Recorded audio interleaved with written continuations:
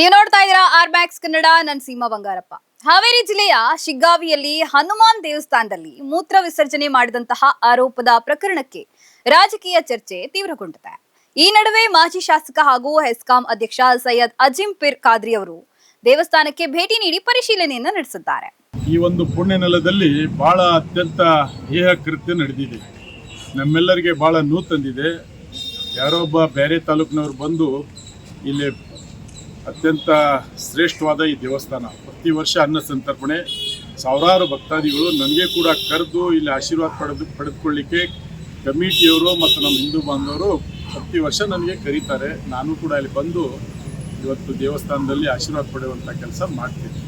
ಈ ಘಟನೆ ಕೇಳಿ ನಿಜವಾಗಲೂ ನಮಗೆಲ್ಲ ಭಾಳ ನೋವಾಗಿದೆ.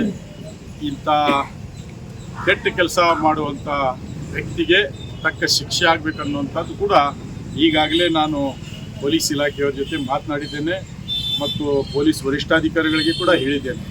ಅವನಿಗೆ ಯಾವ ಕಾಲಕ್ಕೆ ಬೇಲ್ ಆಗಬಾರ್ದು, ಅವನಿಗೆ ತಕ್ಕ ಶಿಕ್ಷೆ ಆಗಬೇಕು, ಅವನು ಮತ್ತೊಮ್ಮೆ ಇಂಥ ಕೆಲಸಕ್ಕೆ ಕೈ ಹಾಕಬಾರ್ದು ಅನ್ನೋಂಥ ಪನಿಷ್ಮೆಂಟ್ ಕೂಡ ಕೊಡಬೇಕನ್ನುವಂಥದ್ದು ಈಗಾಗಲೇ ನಾನು ಪೊಲೀಸ್ ಇಲಾಖೆಗೆ ಮಾತಾಡಿದ್ದೇನೆ.